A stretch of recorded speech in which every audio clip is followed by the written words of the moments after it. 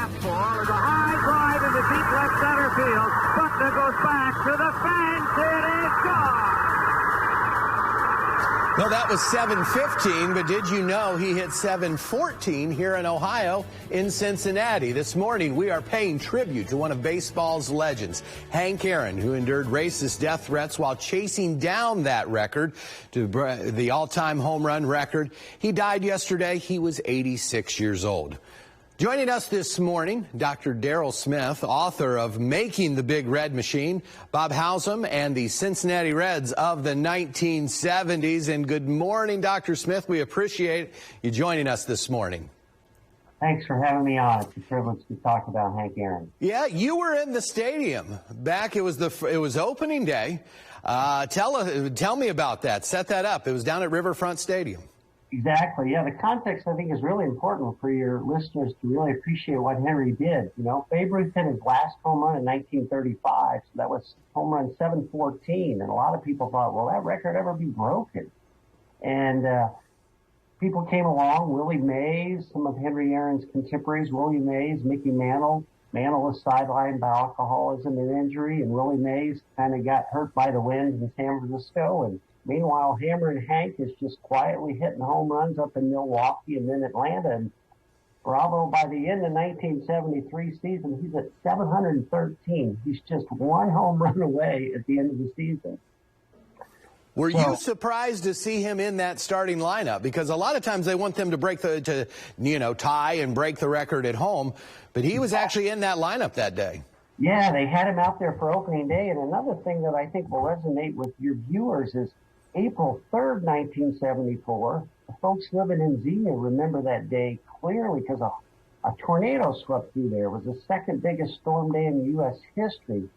And a tornado came through Cincinnati just about 10 miles from Riverfront Stadium. In fact, it hit my house. My dad had tickets to take me to that game. He stayed with the house. He had a coworker take me to that game. So we show up. This is the day after the Xenia tornado.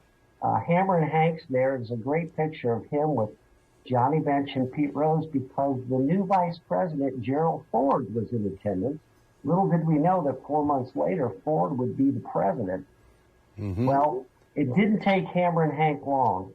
First time he came up against Jack Dillingham, I was in the green seats for folks who remember Riverfront Stadium. I had a full view of left field, and Hammer and Hank hit a line drive, barely cleared the left center field fence.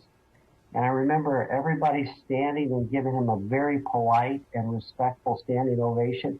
I personally was not happy because I was a Willie Mays fan. I wanted Willie Mays to break the record. But Hank did it right there on opening day. His very first time at bat, he tied the Babe. Yeah, we talked about him, Hank, facing racism throughout this chase to 715. Did you see any of that? I mean, how old were you able? You were a kid. Did you see any of that, or were you able to even recognize if that would have happened?